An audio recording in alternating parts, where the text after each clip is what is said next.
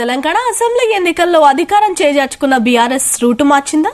కొత్తగా ఏర్పడిన కాంగ్రెస్ ప్రభుత్వంపై ఒత్తిడి పెంచే వ్యూహంతో ముందుకు వెళ్తుందా? ఒకవైపు పార్లమెంట్ ఎన్నికలు దగ్గర పడుతుండటంతో ప్రజల మద్దతు కోసం కొత్త బాట పట్టిందా అంటే అవుననే సమాధానం వినిపిస్తోంది.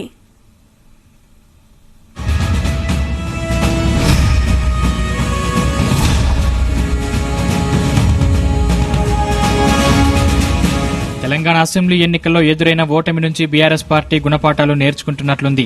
కేసీఆర్ హయాంలో అభివృద్ధిపై జనంలో అసంతృప్తి లేకున్నా బీఆర్ఎస్ ప్రజాప్రతినిధులు జనానికి అందుబాటులో ఉండరన్న అపవాదు ఉంది. ముఖ్యంగా కేసీఆర్ ఫామ్ హౌస్, ప్రగతి భవన్లకే పరిమితం అవుతున్నారంటూ అప్పటి విపక్ష పార్టీలు చేసిన ప్రచారం జనంలోకి బాగా వెళ్లింది. కర్ణుడి చావు అనేక కారణాలన్నట్లు బీఆర్ఎస్ పరాజయానికి ఇదే కారణంగా మారింది. అందుకే బీఆర్ఎస్ ఇప్పుడు రూటు మార్చినట్లు తెలుస్తోంది. త్వరలో సార్వత్రిక ఎన్నికలు జరగనుండటంతో బీఆర్ఎస్ ముఖ్య నేతలు జనం మద్దతు కోసం ప్రజాబాట పట్టారు. ప్రజల వద్దకు వెళ్లి సామాన్యులతో కలిసిపోతూ వారి కష్టసుఖాలు తెలుసుకుంటున్నారు. ఒకవైపు 6 గ్యారంటీలు, ఎన్నికల హామీల అమలు ఎప్పుడు అంటూ కాంగ్రెస్ ప్రభుత్వాన్ని నిలదీస్తున్నారు. మరోవైపు కొత్త ప్రభుత్వ పాలన ఎలా ఉందంటూ జనాన్ని ఆరా తీస్తున్నారు.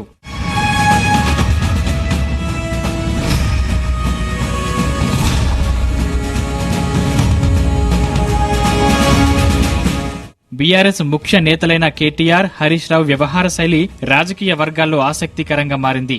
న్యూ ఇయర్ సందర్భంగా పారిశుద్ధ కార్మికులతో కలిసి మధ్యాహ్న భోజనం చేశారు బీఆర్ఎస్ కార్యనిర్వాహక అధ్యక్షుడు కేటీఆర్. తెలంగాణ భవన్లో వారితో ప్రత్యేకంగా భేటీ అయ్యి కాసేపు ముచ్చటించారు.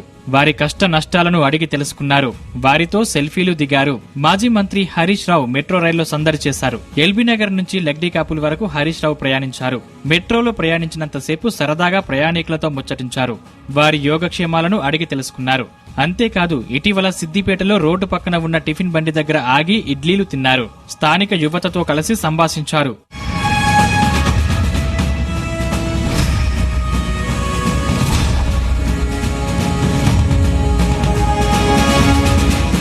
మాజీ మంత్రులు కేటీఆర్, హరీష్ రావు ఇలా జనంలో కలిసిపోతుండడం ఆసక్తిని రేపుతోంది.